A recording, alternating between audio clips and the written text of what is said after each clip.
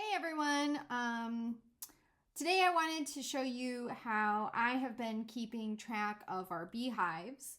As a disclaimer, this is our second year of beekeeping. We have now 6 hives, and it's challenging for us to find a really effective way to really keep track of our hives. We tried when we first started last year, we tried a variety of applications.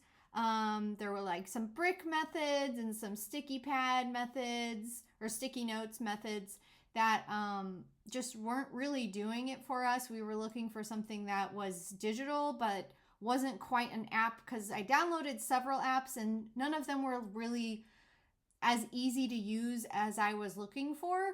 So I'm basically going to just share with you how we are keeping track of our hives. And it is an evolving spreadsheet, but so far it's been working pretty well for us. As a disclaimer, we have not extracted honey yet, so that could be a whole separate spreadsheet, or like I don't quite know all of the parameters that I want to track yet with honey extraction, probably like gallons produced or how many frames each hive produced, things like that. So we'll refine that. But I basically just wanted to kind of walk you through it and just spread this idea if someone was interested and also struggling to find a way to track their hives in a way that they want to.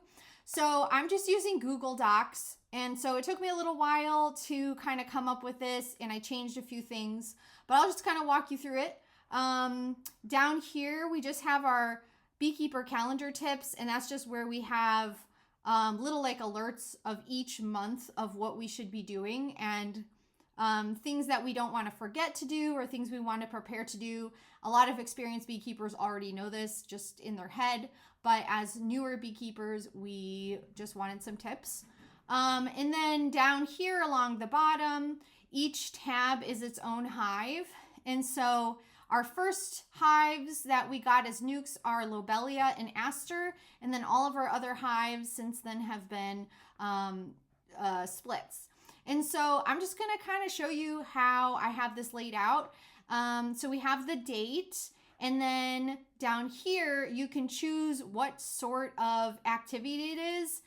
The default's usually inspection, but sometimes we just feed. Sometimes we do like random other little things, maybe like, I don't know, changing out the sugar water, which would go under feed. I don't really know what other use. I don't really use it very often.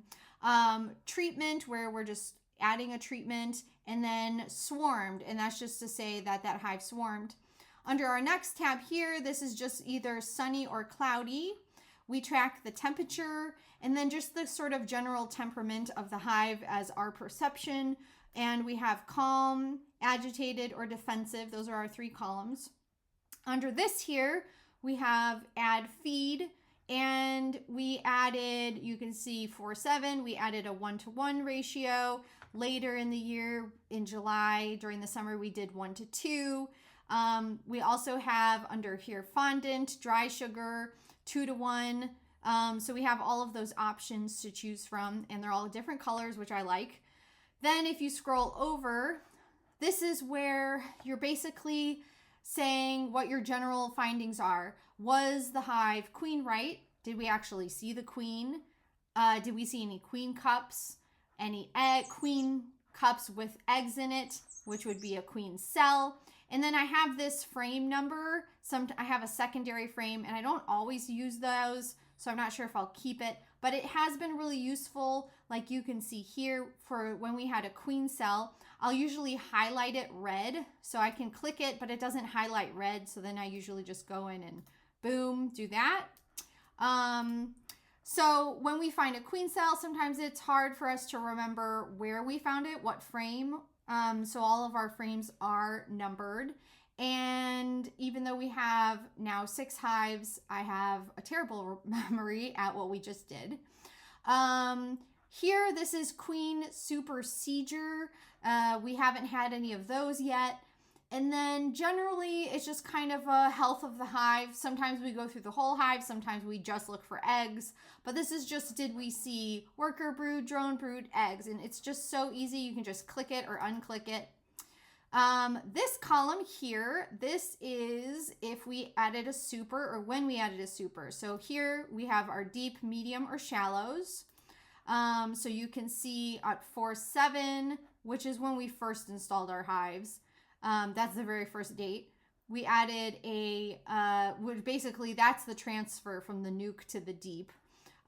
Here we have our honey extraction. And for here, like I said before, we're still figuring that out. We haven't quite extracted honey yet. So we would click it and then probably just put like 8 frames extracted or, 24 frames extracted. But we haven't gotten there yet. Our next column is pests seen. And this is like just if we see some random small hive beetles, that's black. We also have wax moths, varroa mites, and pincher bugs. Those we find sometimes on the telescoping cover, so we just kind of like to mark them. They're not really a big pest, but sometimes we see, one lay a bunch of eggs, so I don't know, we like to mark it. And then here we just kind of count them. So if we counted 4 small hive beetles or 1, 3, 11, you can see the big jump in numbers here. So it's just kind of interesting to see as the year progresses, there's more small hive beetles, at least in this colony. Then in this column, we have a secondary column which shows what other pests we've seen. And so if we saw a small hive beetle and wax moth, then we have 2 columns available. Hopefully we don't have to add a third. Then under here, this next column is treatment. So under this, we have oxalic acid, Apivar, and Formic Pro. And we could add more if we wanted to, but those are the ones that we have used. And then the last column here is actions. So the only action listed is this one, which is an artificial split. We also have a combination. We haven't used that yet, but it is, pending because I'm sure we'll have to do that in the future. And then under the notes section, that's just kind of general notes where, I don't know, anything specific we wanted to write down. Like close up for winter, added shim, sugar patty. So it's just kind of documenting what we did. And so that way we keep track of how that hive is doing. So it's really easy to just kind of go through it. You can go down to the bottom and you can see in this hive, Lobelia specifically, we had a lot of queen cups being made, which, made us really nervous. And we had to do a split. Earlier this year as well as last year. We think this hive is like extra swarmy prone, but we really only compared Lobelia to Aster. So those are the 2 original nukes that we got.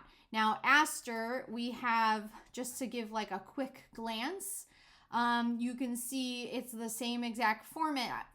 So, we do these different actions where feeding, like we might also do an inspection during feeding, but it's kind of like we use these interchangeably, not interchangeably, but sometimes we feed as the primary objective and sometimes an inspection is the primary objective.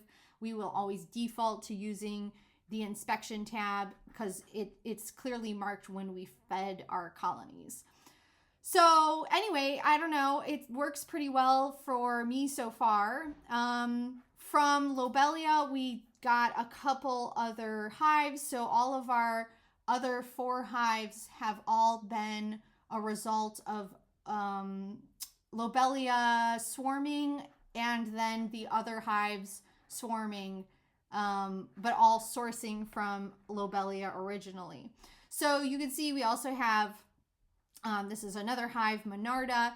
And so it's like really easy just to get a quick glance of what just happened, and you can get the historical info, but then as well as what we did in the last couple weeks. And I think this has been helpful, especially because it's kind of informing us at what time of the year we did different actions, and we can kind of gauge based off of our notes of like what was working, what didn't work, etc.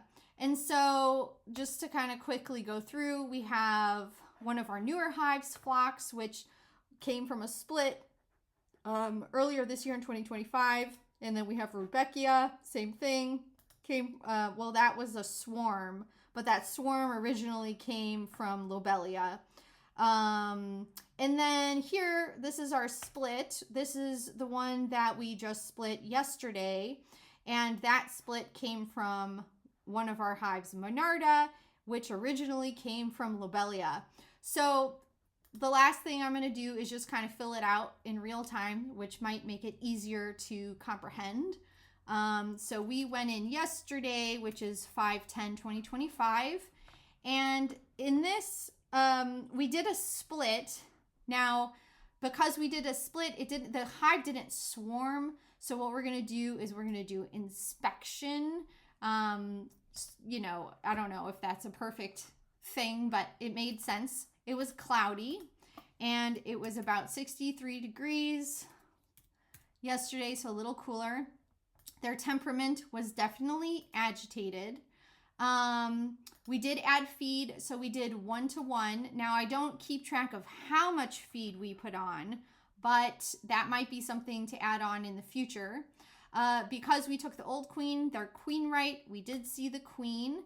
Now, we did add, we did add some frames that contained worker brood. There were some eggs, and there was a few drones, so we'll put that in there as well. We didn't add a super. They're in a nuke box. So we kind of basically skip all this stuff because there's no pest. We didn't do any treatment. And so under this, we could do artificial split, but because this is a new colony, we didn't split this colony. So that doesn't apply, I guess. And so under notes, we would say, I don't know what to say specifically. I guess we did artificial split from Monarda, added 4 frames of resources, 2 quarts of 1-to-1 sugar water. We'll check back in 1 week and we'll just kind of check the status.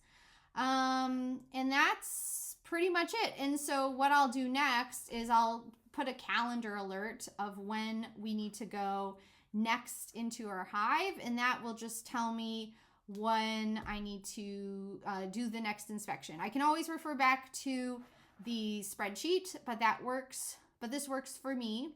And then under here, swarm traps, that just kind of lists where we put swarm traps out and if it actually caught anything. We haven't actually caught anything in a swarm trap that we put out with Swarm Commander yet, but we did catch a swarm from our hive that landed in a tree.